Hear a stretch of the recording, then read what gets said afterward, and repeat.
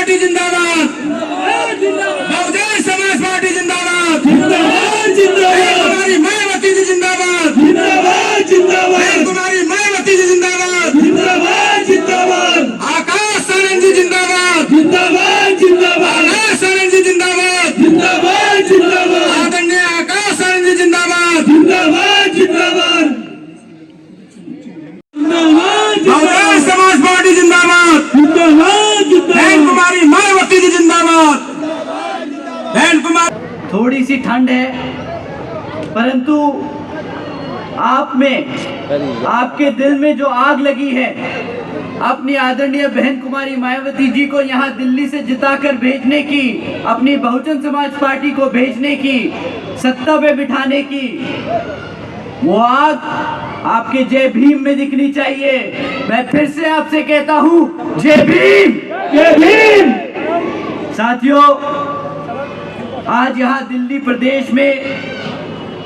प्रदेश की कुंडली विधानसभा में मौजूद मेरी सभी माताएं, बहनें, बड़े बुजुर्गों के साथ साथ आज यहाँ इतनी बड़ी संख्या में शामिल हुए सभी युवा साथियों, जिन्होंने अपने दिन में से कीमती समय निकालकर हम सबको सुनने आए, आप सभी का मैं तहे दिल से धन्यवाद करता हूँ। और आज इस विशाल चुनावी जनसभा को सफल बनाने के लिए जो हमारे बसपा के सभी पदाधिकारी एवं नेतागण, जिसमें खासकर श्री धर्मपाल सिंह अशोक जी, श्री नितिन सिंह जी, श्री लक्ष्मण सिंह जी, श्री सतीश कुमार जी, डॉक्टर बालाजी, श्री शंकर लाल जी, श्री दिनेश, जिसमें खासकर महात्मा ज्योतिबा फूले, छत्रपति शाहू जी महाराज, नारायण गुरु, बाबा साहब डॉक्टर भीमराव अंबेडकर जी एवं मान्यवर साहब श्री काशीराम जी को नमन करता हूं। साथ ही मैं बहुजन समाज पार्टी की राष्ट्रीय अध्यक्ष व उत्तर प्रदेश की चार बार रही मुख्यमंत्री व पूर्व सांसद आदरणीय बहन जी के नाम से लोकप्रिय बहन कुमारी मायावती जी को भी पूरे तहे दिल से आभार प्रकट करता हूं।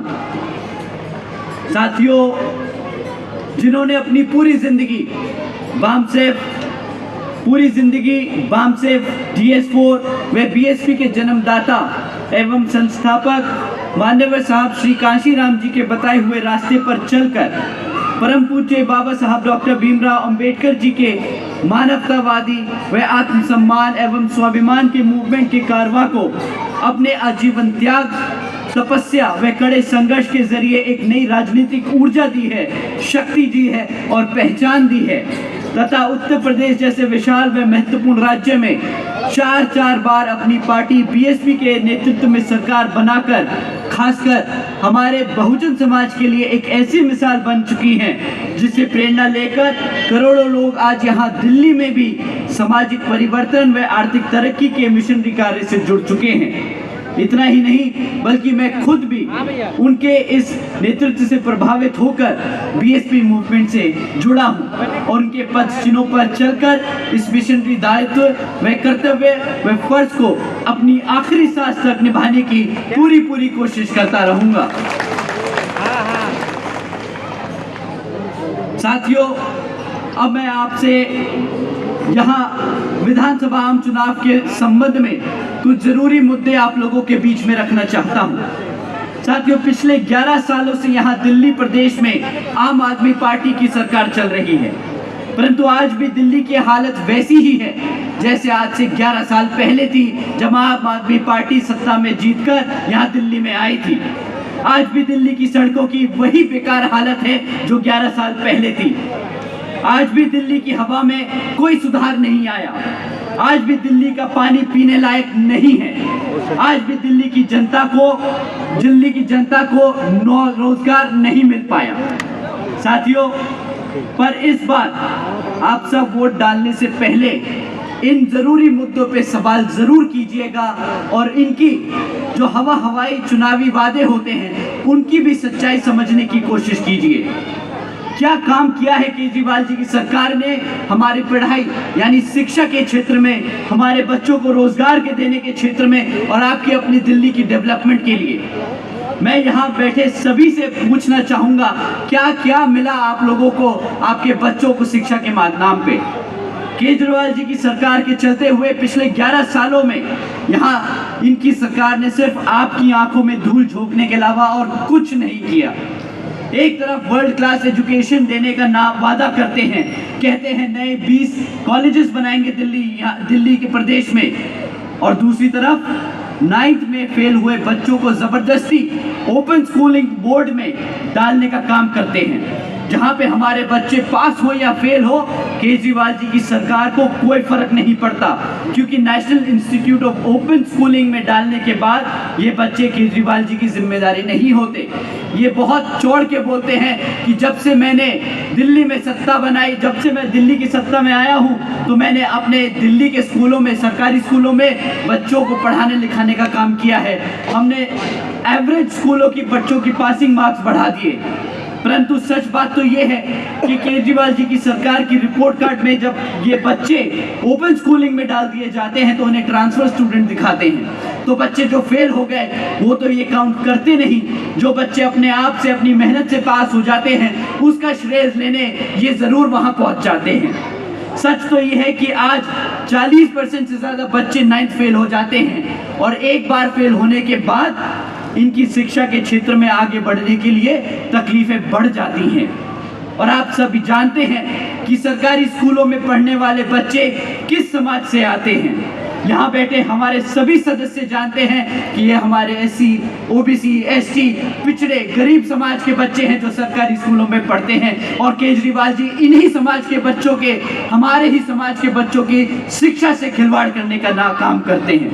एक तरफ बाबा साहब डॉक्टर भीमराव अंबेडकर जी को अपना आदर्श मानते हैं, दूसरी तरफ उन्हीं के समाज के बच्चों की जिंदगी से खिलवाड़ करते हैं। साथियों, यही केजरीवाल जी की सोच, सामाजिक यही सोच है, ये हमारे समाज के बच्चों को आगे बढ़ने से रोकने की कोशिश करते हैं, क्योंकि ये जानते हैं कि अगर हमारे समाज के बच्चे पढ़ लिख गए तो अपने हकों के लिए भी लड़ने के लिए तैयार हो जाएंगे। ये चाहते नहीं कि हमारे समाज के बच्चे अपने पैरों पर खड़े होकर अपने हकों के लिए लड़े। साथियों, ये इनका कोई पहला झूठ नहीं है। ये इनका कोई पहला झूठ नहीं कि ये वर्ल्ड क्लास एजुकेशन सिस्टम बनाएंगे। इनका दूसरा झूठ कि हम दिल्ली के युवाओं को रोजगार देंगे। केजरीवाल जी ने एक नहीं कई बार ये वादा किया है। 2014 में उन्होंने वादा किया था कि मैं दिल्ली में 8 लाख रोजगार दूंगा। उसके बाद 2022 में दोबारा वादा किया कि मैं 20 लाख से ज्यादा सरकारी नौकरी दूंगा, यानी टोटल में 28 लाख से ज्यादा रोजगार देने का वादा किया था। परंतु आज 11 साल बाद भी केजरीवाल जी की सरकार ने मात्र 12,500 नौकरियां दी हैं। मात्र 12,500 नौकरियां। भाई साहब, इनसे अगर कोई पूछे ना कि आपके वादों के पिटारे को खोल के दिखाओ, तो ये तो इतनी लंबी हाँकते हैं जैसे द्रौपदी की साड़ी हो, ये फेंके जाएं और हम लपेटते जाएं। 28 लाख नौकरियां देने का वादा किया था और दिया क्या? 12,500 नौकरियां। ये भी कोई वादा होता है? ये से तो हम धोखा भी नहीं कह सकते। सामने मुंह पे झूठ बोल के गया आदमी। इतना ही नहीं, बल्कि दिल्ली में जो पहले से सरकारी नौकरियां थी, उनका आज इतना बुरा हाल कर दिया भाई साहब ने। आज 40% से ज्यादा वो सरकारी नौकरियों को भी इन्होंने कॉन्ट्रैक्चुअल यानी कच्ची नौकरियां बना दी। एक तरफ तो इन्होंने पक्की नौकरियां दी नहीं, दूसरी तरफ जो सरकार में पहले पक्की नौकरियां थी उनको भी आधी से ज्यादा नौकरियों को कच्ची बना दिया, ताकि कच्ची नौकरियों में इन्हें बाबा साहब का दिया हुआ जो हमारा आरक्षण है वो ना देना पड़े।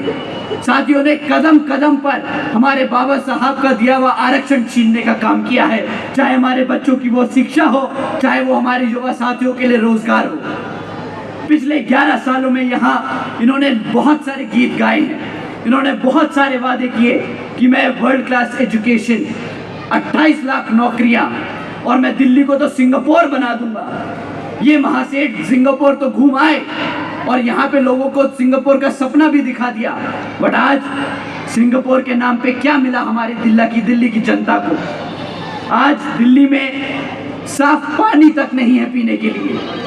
हर साल गर्मी के मौसम में हमारे दिल्ली की जनता को टैंकर माफियाओं के भरोसे जीना पड़ता है। यहाँ दिल्ली में कॉलोनी में टैंकर आएगा तो पानी मिलेगा, नहीं तो पानी नहीं मिलने वाला। साथियों, ये है सिंगापुर इनका, ये है आम आदमी पार्टी का सिंगापुर, जहाँ पे साफ पानी नहीं मिल सकता। ये किस तरीके के मुख्यमंत्री हैं? एक तरफ कहते हैं कि मैं सिटी ऑफ लेक्स बना दूंगा, और जब बारिश का मौसम आता है तो पूरी दिल्ली डूब रही होती है। इनका मतलब है कि दिल्ली को डुबा दो तो सिटी ऑफ लेक्स बन जाएगा। साथियों, इनके वादों का कोई सर पैर नहीं। जब भी इलेक्शन आता है तो इन्होंने तो एक नया वादा निकाल के डाल देना है आप लोगों के बीच में। पूरा करे या ना करे, कोई इनको जिम्मेदार नहीं ठहराता। जब इनसे हम पक्की सड़कों के लिए बारे में पूछे, साथियों, अगर आप इनसे कभी पक्की सड़कों के बारे में पूछेंगे ना, तो ये पलट के आपको जवाब देंगे कि जी वो तो एलजी काम नहीं करने देते। इनके पास हर चीज का जवाब है। जब आप इनसे सवाल करेंगे तब ये अपनी जिम्मेदारियों से पल्लू झाड़ने का काम करेंगे। तब ये बोल देंगे कि भाजपा काम नहीं करने देती, केंद्र की सरकार काम नहीं करने देती, एलजी काम नहीं करने देता। आज दिल्ली की जनता को इनसे पूछना होगा कि भाई अगर तुमसे काम नहीं होता है तो सत्ता छोड़ दो, नहीं जरूरत है तुम्हें मुख्यमंत्री या आम आदमी पार्टी को सत्ता में रहने की। इन्होंने तो ये भी वादा किया था कि मैं दिल्ली को वायर फ्री कर दूंगा। इन्होंने ये भी वादा किया था कि मैं यमुना नदी साफ कर दूंगा और आप सबके साथ 5 साल बाद यमुना में डुबकी लगाने जाऊंगा। अगर आज इनको हम यमुना में खड़ा कर देना तो ये बाहर नहीं निकलेंगे। इतनी जहरीली कर दी इन्होंने ये हमारी यमुना। और यमुना के नाम पर कितना पैसा हर साल बजट में डालते हैं, उस पैसे का क्या हिसाब किताब है, आज इन्हें जवाब देना होगा। इस बार इलेक्शन में इन्हें जवाब देना होगा कि इन्होंने कितना पैसा यमुना नदी में साफ करने में लगाया है। साथियों, इन्होंने बहुत पैसा उठाया यमुना साफ करने के लिए, सिंगापुर बनाने के लिए, पक्की सड़कें देने के लिए, हमारे बच्चों की एजुकेशन सिस्टम को सुधारने के लिए। परंतु आज भी एक भी क्षेत्र में इनके पास एक काम नहीं है बताने को।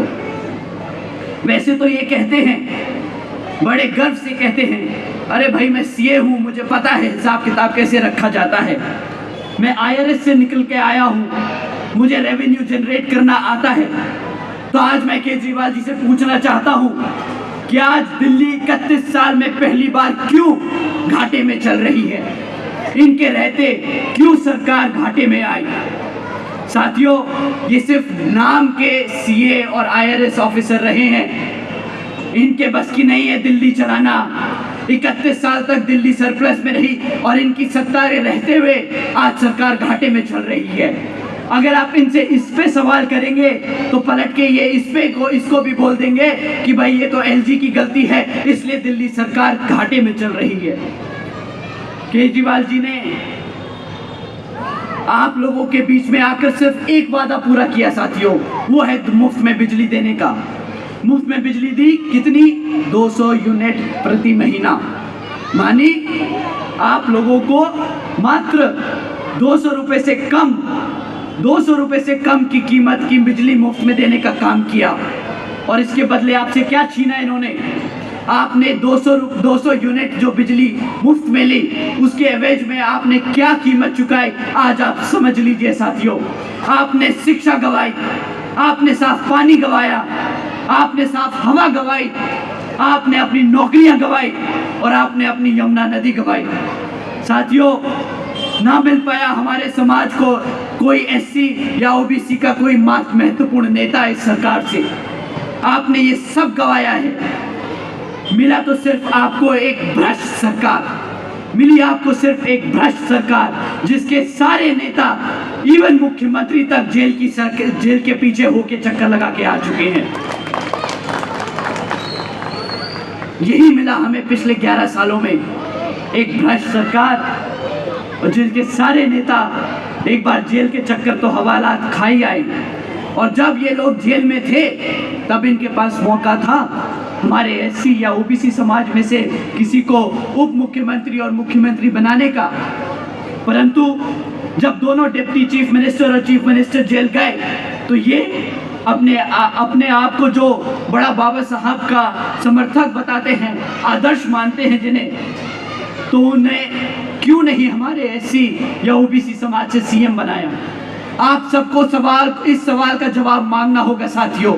जब इनके पास मौका था तो क्या इनके पास एक भी ऐसा एमएलए नहीं था जो एससी समाज से या ओबीसी समाज से जिसको वो सीएम बना सकते थे? इनके पास कई मौके रहे साथियों, इन्होंने एक बार भी हमारे समाज को वो सम्मान नहीं दिया जिस सम्मान के एवरेज में ये सत्ता में आए। साथियों, सच तो ये है कि इनसे बड़ा दलित और पिछड़े समाज का विरोधी कोई नहीं। साथियों, आज मैं आप सबके बीच में ये कह रहा हूं, ये किसी से छिपा नहीं कि केजरीवाल जी एससी ओबीसी विरोधी हैं, आरक्षण विरोधी हैं और बाबा साहब विरोधी हैं, क्योंकि वो जानते हैं केजरीवाल जी की पार्टी, क्योंकि आप सब जानते हैं, आप सबको पता होना चाहिए, क्योंकि केजरीवाल जी की ही पार्टी है जिसने सुप्रीम कोर्ट में एससी एसटी रिजर्वेशन में सब क्लासिफिकेशन की याचना लगाई थी। साथियों, मैं फिर से कह रहा हूं, केजरीवाल जी एससी ओबीसी विरोधी हैं, आरक्षण विरोधी हैं और बाबा साहब विरोधी हैं। साथियों, अगर आम आदमी पार्टी का ये हाल है तो बीजेपी और कांग्रेस दूर नहीं। बीजेपी और कांग्रेस भी मैदान में है, परंतु आप इनके झूठे वादों से सावधान रहिएगा। बीजेपी और कांग्रेस दोनों की सरकारें कई राज्यों में चल रही हैं, और अगर आप इनसे इनका काम पूछेंगे तो दोनों ही पार्टियों के पास आपको बताने के लिए एक भी काम नहीं होगा। ये आपको बताएंगे तो क्या बताएंगे कि हमसे मुफ्त में राशन ले लो, हमसे मुफ्त में बिजली ले लो, हमसे मुफ्त में सहयोग ले लो, पर कभी भी आपको मुफ्त में शिक्षा नहीं देंगे, कभी भी आपके बच्चों को रोजगार नहीं देंगे। केंद्र की भाजपा की सरकार में यहाँ तक कि केंद्र की भाजपा की सरकार को भी जे कॉलोनी की चुनाव के दौरान ही याद आई। पिछले 5 साल से कहां थे ये जे कॉलोनी के लोगों के लिए फ्लैट? अभी 2 दिन पहले आदरणीय प्रधानमंत्री जी जे कॉलोनी के सभी लोगों को फ्लैट की चाबियां दे रहे हैं। 5 साल से कहां थे आदरणीय प्रधानमंत्री जी? क्यों हमारी जनता पिछले 11 साल से झुग्गी झोपड़ियों में नहीं रह रही? तब नहीं दिखे ये लोग, तब प्रधानमंत्री जी को नहीं दिखे कि हमारे लोग कैसे झुग्गी झोपड़ियों में अपना दिन काट रहे हैं। आज जब चुनाव सर पर है तो इन्हें हमारे समाज की याद आ रही है, तब इन्हें जे कॉलोनियां दिख रही हैं, तब इन्हें दिख रहा है कि हमारा समाज कैसे झुग्गी झोपड़ियों में रह रहा है, तो इन्हें फ्लैट दे दिए जाएं। साथियों, ये खुलेआम रिश्वत देने का काम कर रहे हैं। ऐसे लोगों की बातों में, ऐसे झूठे वादों में आप लोग मत फंसना। साथियों, इतना ही नहीं, कांग्रेस की बात करनी बेकार है। आज बीजेपी के लिए तो मैं 2 शब्द बोल भी सकता हूं, कांग्रेस के लिए तो वो भी बोलना बेकार है, क्योंकि कांग्रेस के जो 2 भाई बहन हैं, ये दोनों जोड़े निकलकर फैशन खेलने से तो इन्हें फुर्सत मिलती नहीं। पार्लियामेंट में जाके नीली टी-शर्ट नीली साड़ी पहन के नाटक पूरा कर लेते हैं। जिन राज्यों में इनकी सरकारें चल रही हैं, ये वहां तो हमारे समाज को आज तक सम्मान तो दे नहीं पाए। आज यहाँ पर जब दिल्ली के चुनाव सर पर है तो इन्हें फैशन खेलना है। साथियों, इन पे और 2 शब्द बोलूंगा तो वो भी जाए होंगे मेरे 2 शब्द। ये दोनों ही पार्टियां एक ही सिक्के के 2 पहलू हैं साथियों। ये दोनों ही पार्टियों ने हमारे बाबा साहब का सम्मान नहीं किया। कांग्रेस ने केंद्र में रहते हुए कभी हमारे बाबा साहब को सम्मान नहीं दिया, और बीजेपी ने पूरे देश में आग लगा दी थी। ये आप सब जानते हैं कि बीजेपी ने पूरे देश में आग लगा दी थी जब आदरणीय बहन कुमारी मायावती जी और मान्यवर साहब श्री कांशीराम जी के संघर्षों से बीएसपी ने बाबा साहब को भारत रत्न दिलाया था। आप सब जानते हैं साथियों। मैं आप लोगों के बीच में ये इसलिए कह रहा हूं क्योंकि मैं जानता हूं कि ना हमारा समाज ये भूला है और ना हमारा समाज ये कभी आप सबको भूलने देगा कि इन लोगों ने हमारे बाबा साहब को कभी आत्म सम्मान नहीं दिया। एक तरफ ये आम आदमी पार्टी, बीजेपी और कांग्रेस जैसी पार्टियां हैं जो हमारे समाज को दबा के रखना चाहती हैं, और दूसरी तरफ आपकी अपनी बीएसपी है जो आपके हमारे समाज को, हमारे समाज के साथ साथ सभी गरीबों, शोषितों, वंचितों और पिछड़े समाज के सम्मान दिलाकर उनको एक सम्मानजनक जिंदगी देना चाहती है। आदरणीय बहन कुमारी मायावती जी के नेतृत्व में बीएसपी ने कभी भी कोई हवाई वादे नहीं किए साथियों। आदरणीय बहन जी ने हमेशा काम करके दिखाया है। जैसे आदरणीय बहन कुमारी मायावती जी ने सावित्रीबाई फुले बालिका शिक्षा योजना चलवाई थी, जिसके तहत 7 लाख से ज़्यादा बच्चियों को 12वीं तक की शिक्षा मुफ्त में देने का काम किया था, जिसके तहत 600 करोड़ से ज़्यादा की लागत इन बच्चियों पर खर्चने का काम किया और इनको एक पढ़ा लिखा कर उज्जवल भविष्य देने का काम किया था। साथियों, इतना ही नहीं, आदरणीय बहन जी ने अपने शासनकाल में 6 engineering colleges, 2 homeopathic colleges, 24 polytechnic colleges, 2 paramedical colleges, 6 world class universities, 200 से अधिक इंटर डिग्री कॉलेजेस, 100 से अधिक ITIs, 550 से ज़्यादा हाई स्कूल और 5,500 से ज़्यादा प्राइमरी स्कूल बनवाने का काम किया था। और लिस्ट तो बहुत लंबी है, पर मैं गिनवा के थक सकता हूँ। और आम आदमी पार्टी के लिए एक ही लिस्ट है, 0। इन्होंने 0 कॉलेजेस दिए, 0 स्कूल दिए, 0 हाई स्कूल्स दिए, 0 नई भर्ती करी। पर आदरणीय बहन कुमारी मायावती जी ने कई हजार स्कूल और कॉलेजेस खोले और उसमें मुफ्त में शिक्षा देने का काम किया हमारे समाज के बच्चों को। इतिहास में पहली बार साथियों, बहन जी ने गवर्नमेंट हॉस्टल्स में, गवर्नमेंट कॉलेजेस के हॉस्टल्स में गरीब वंचित समाज के बच्चों के लिए 27% आरक्षण का इंतजाम भी पूरा किया था। ऐसा ही नहीं साथियों, हमारी आदरणीय बहन कुमारी मायावती जी ने सिर्फ 5 साल में 90,000 से अधिक शिक्षकों को रोजगार दिया, 1 लाख से अधिक सफाई कर्मचारी भर्ती करे, 2 लाख से अधिक जवानों को पुलिस फोर्स में भर्ती किया और 30 लाख से अधिक अपर कास्ट समाज के सभी कमजोर बच्चों को विभिन्न सरकारी विभागों में रोजगार देने का काम किया। इतना ही नहीं, बल्कि बहन जी ने अपने शासनकाल के दौरान बसपा की सरकार ने कृषि एवं संबंधित कार्यों में मिनिमम वेजेस को 55 रुपए से बढ़ाकर 100 रुपए बढ़ाने का प्रतिदिन करने का काम किया था। अन्य पिछड़े वर्गों की क्रीमी लेयर की वार्षिक आय को भी 3 लाख रुपए से बढ़ाकर 5 लाख रुपए करने का काम किया था। और साथ ही हमारे सभी किसान भाइयों को उनके गन्ना खरीदी के दाम रातों रात दुगने करने का काम किया था। साथियों, इसे कहते हैं बहन जी को मॉडल ऑफ गवर्नेंस। साथियों, इसी गवर्नेंस मॉडल के तहत चलकर जब आप यहाँ पर दिल्ली में अपनी सरकार बनाएंगे तो यहाँ पर भी दिल्ली की सरकार इसी गवर्नेंस मॉडल के तहत चलकर हमारे सभी माताएं, बहनें, हमारे सभी बड़े बुजुर्ग और हमारे सभी युवा साथियों का ध्यान रखेगी, उनको पूरा आदर सम्मान देगी, उनको रोजगार देगी, उनको मेहनत करने का मौका देगी, काम करने का मौका देगी और एक इज्जतदार जिंदगी जीने का मौका देगी। साथियों, एक तरफ ये आम आदमी पार्टी, बीजेपी, कांग्रेस आपको मुफ्त में राशन देती है, जिसके तहत आपके बच्चों को गुलाम यानी नालायक बनाने का काम करती है। अगर मेरा बच्चा पढ़ेगा नहीं, लिखेगा नहीं, कमा नहीं पाएगा और इनकी सब्सिडियों पे जिएगा तो वो नाकाबिल ही बनेगा। ये हमारे समाज को नाकाबिल बनाने की कोशिश कर रहे हैं ताकि हमारे समाज के बच्चे जिंदगी भर इनके सामने हाथ फैलाते रहें। परंतु साथियों, आदरणीय बहन कुमारी मायावती जी ये होने नहीं देंगी, ये होने नहीं देंगी। वो हमारे समाज को पढ़ा लिखा कर, रोजगार देकर, अपने पैरों पर खड़ा कर एक इज्जतदार जिंदगी देने का काम करेंगी।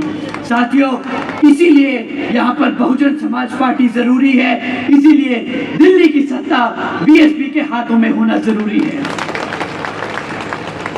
साथियों, इन्हीं कुछ जरूरी बातों के साथ ही अब मैं आप लोगों से मैं खासकर आदरणीय बहन कुमारी मायावती जी की तरफ से ये विशेष अपील करता हूँ कि इस विधानसभा चुनाव में आप सभी लोग हर मोर्चे पे सावधान रहिएगा। आपका वोट बहुत कीमती है, आपका वोट कोई खरीद ना पाए, आपका वोट कोई लूट ना पाए, आपके वोट कहीं पड़ने से रह ना जाए। साथियों, जाति, बिरादरी, धन, बल, मंदिर, मस्जिद या किसी भी भावना आदि के नाम पर कोई स्वार्थी आपके वोट का दुरुपयोग ना कर ले। साथियों, क्योंकि देश के हर महिला, पुरुष व युवा को वोट का अधिकार यहाँ परम पूज्य बाबा साहब डॉक्टर भीमराव अंबेडकर जी की अति महत्वपूर्ण देन है। साथियों, कमर कसने का समय आ चुका है, सत्ता छीनने का समय आ चुका है, आपको शासक बनने का समय आ चुका है। जय भीम, जय भारत।